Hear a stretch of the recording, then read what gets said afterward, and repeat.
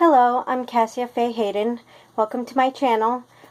Today I'm going to do a candle painting DIY, which is kind of probably a little bit dumb, but the fairy door that I wanted to do for you guys, I didn't know how to pause a video and then start it back up again and make it be like all part of the same video. So instead I did it all off video and figured, you know, I would explain to you guys what I did.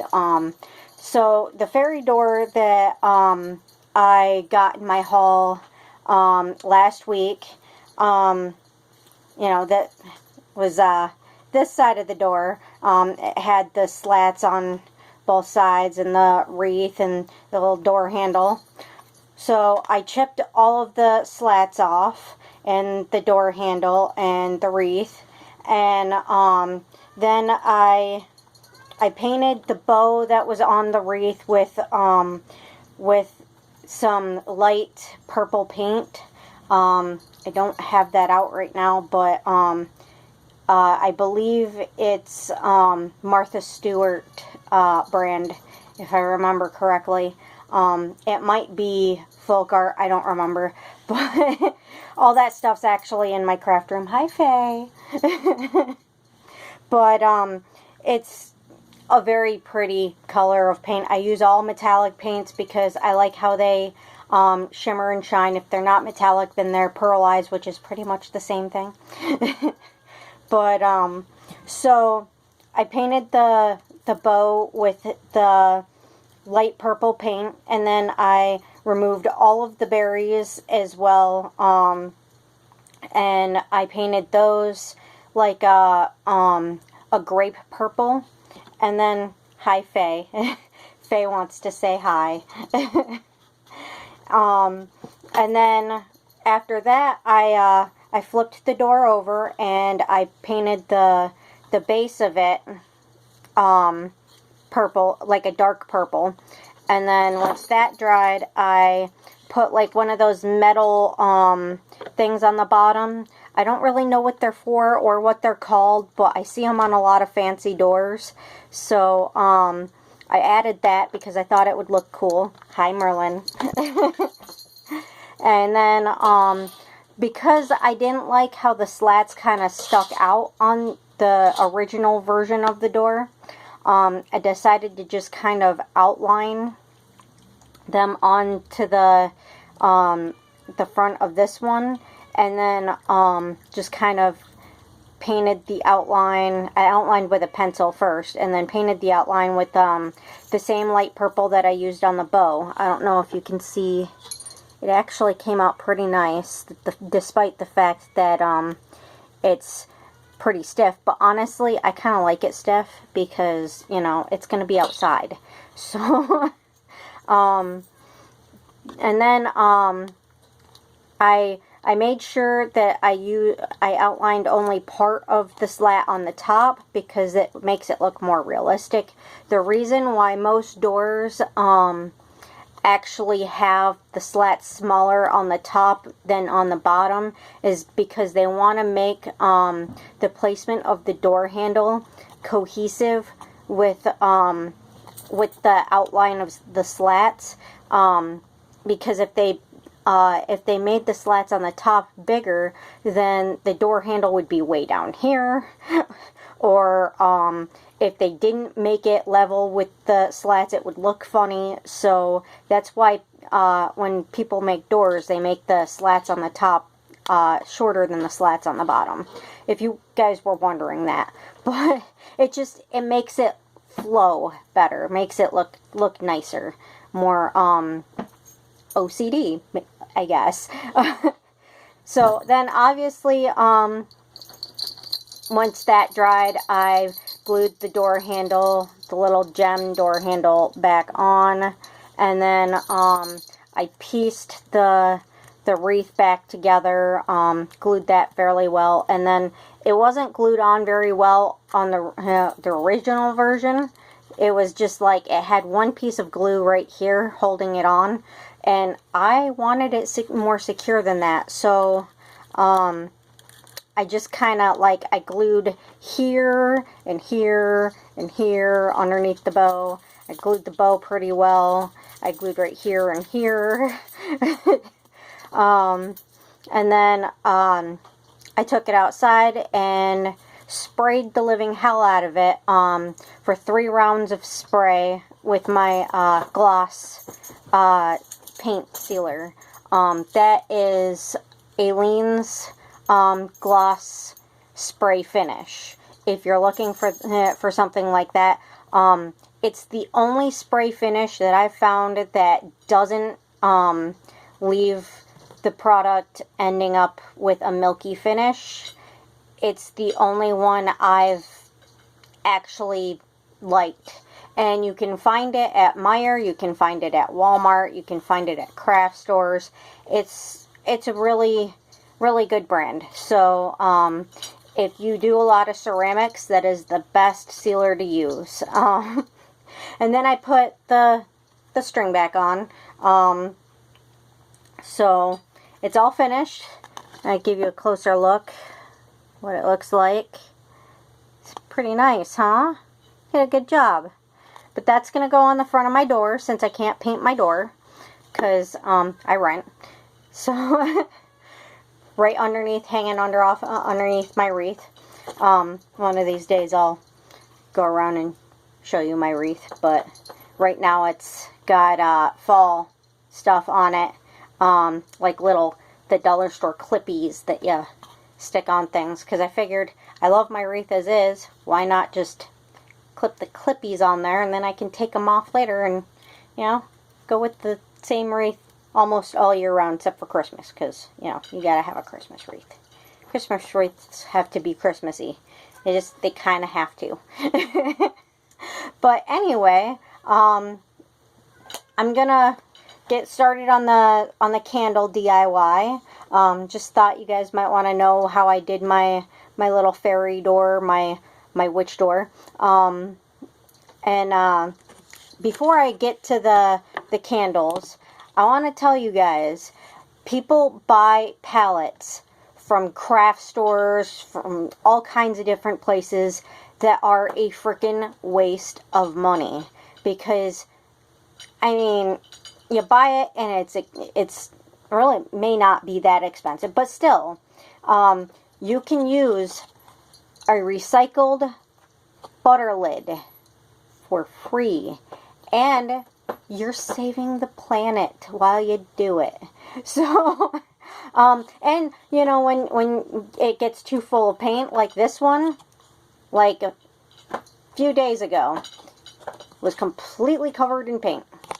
All you gotta do is peel it off and stick it in the dishwasher. Or you can wash it by hand. But either way, the paint comes right off.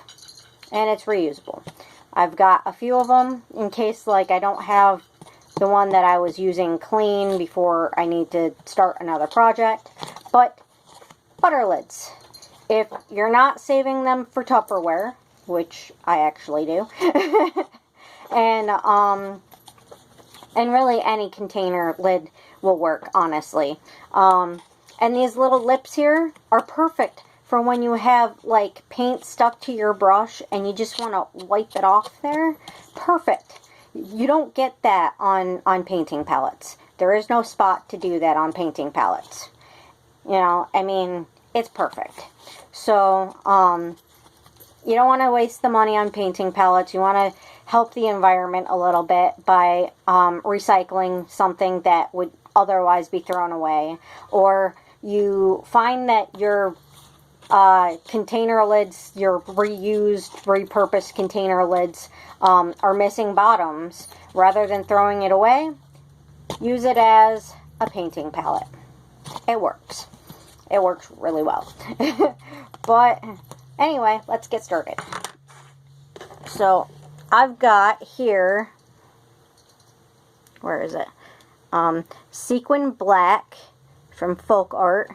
This is my favorite black paint. Like I said, I do all pearlized and metallic paints. I do have 2 glitter paints, but I mean, who doesn't want glitter paint, you know? I've done like unicorns and mermaids in the past, and you kind of have to have glitter paint for that kind of stuff because it doesn't look finished if you don't. So, put a little, here, I'll switch the camera so you can to the side so you can see. Oops. There. Put a little, that's my napkin for when I wipe off my brushes. Put a little dab of paint there. Don't need that much. And I don't have a tripod. I'm very sorry. I wish I had a tripod. I don't. I apologize for that. I'm poor, so I can't afford a tripod. But one of these days, you never know, one of these days maybe I'll be able to afford one. Okay. Make sure I get all the cat hair off of here, because I have 3 inside cats. I am not taping the ends, because I'm not going to be like super wild with it, so I'm going to be very careful not to get the tip that actually is the part that lights up.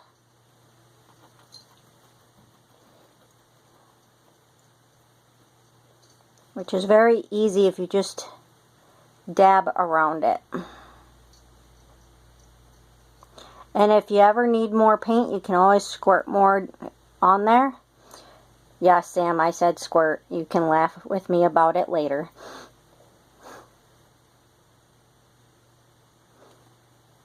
He likes to tease me.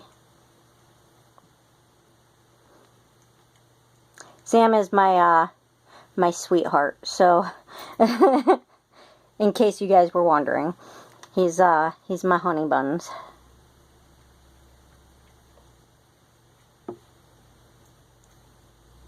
Make sure I get it nice and good. I've actually never painted candles before, or fake candles before, so this is new to me. I do, on ceramics that don't take paint well, I do usually paint white over them first. Looks like I'm going to need to do a few coats on this because I didn't think of that for some reason.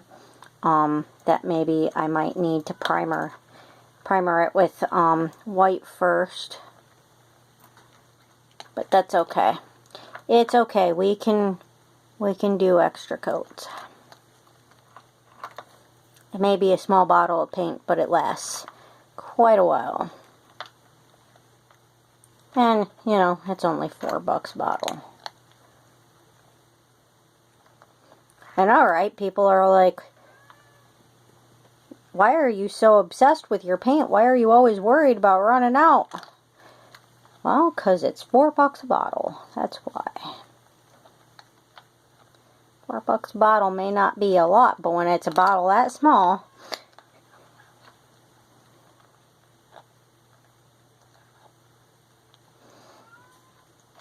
but you know, honestly, the paint is worth it. It is. It is worth it. It is good paint. It applies well to any project you might be doing. If you hear meowing in the background, that's my outside cat, my Ginger, Avalon. When I go show you guys my wreath, I'll introduce you to him as well. Big fluffy orange cat. I'd keep him inside, however, he has a problem with going to the bathroom on literally everything he can find. My dish pan, my counters, everything. So, and I'm allergic to cats. I know it seems kind of silly to have 4 of them and 3 of them inside when you're allergic. I'm not severely allergic, but allergic enough to where if there's a cat peeing and crapping all over my house, like every time I manage to clean it up, there's more. And like literally on everything, every surface, every piece of furniture. Not only is that disgustingly, disturbingly gross, because, I mean, come on, ew. But, you know, it's going to make me extremely severely sick. I mean, it would make you extremely severely sick even if you weren't allergic. It's just not, it's not good for you. It's not healthy to be around that at all.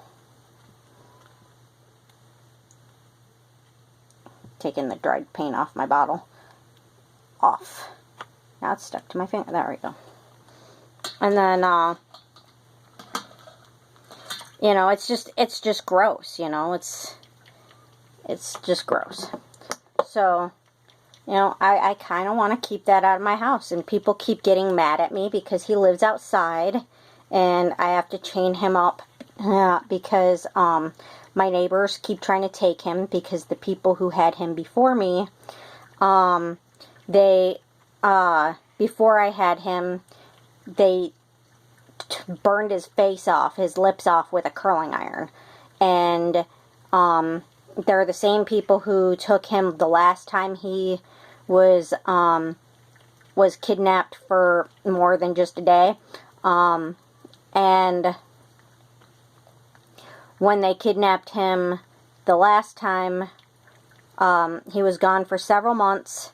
And when I finally did find him, his lips were burned off again with with a curling iron. That, believe it or not, and I didn't even know this until I saw it myself, believe it or not, some cats' body parts can actually grow back. I had no idea.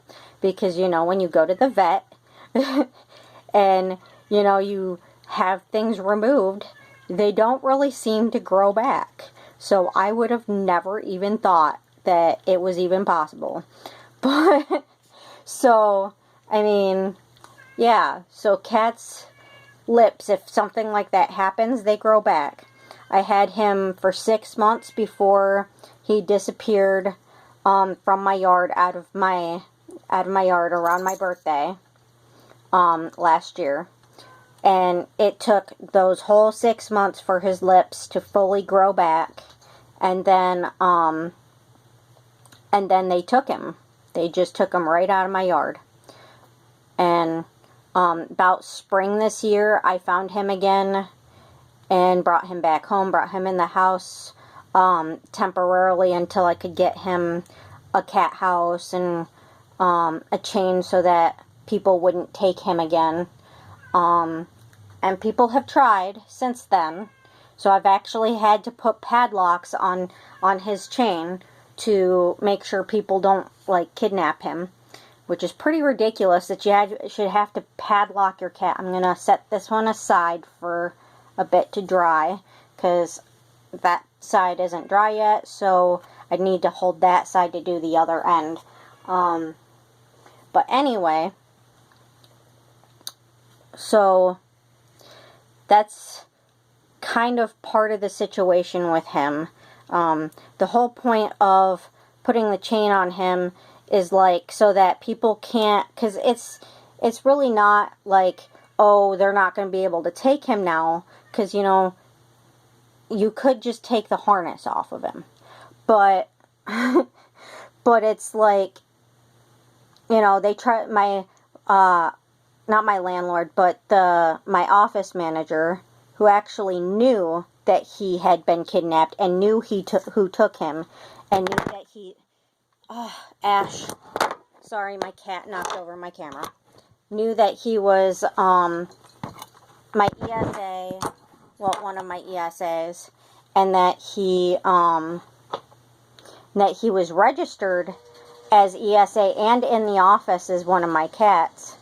So she knew who took him, she knew who, that he had been kidnapped. Oops, I smudged.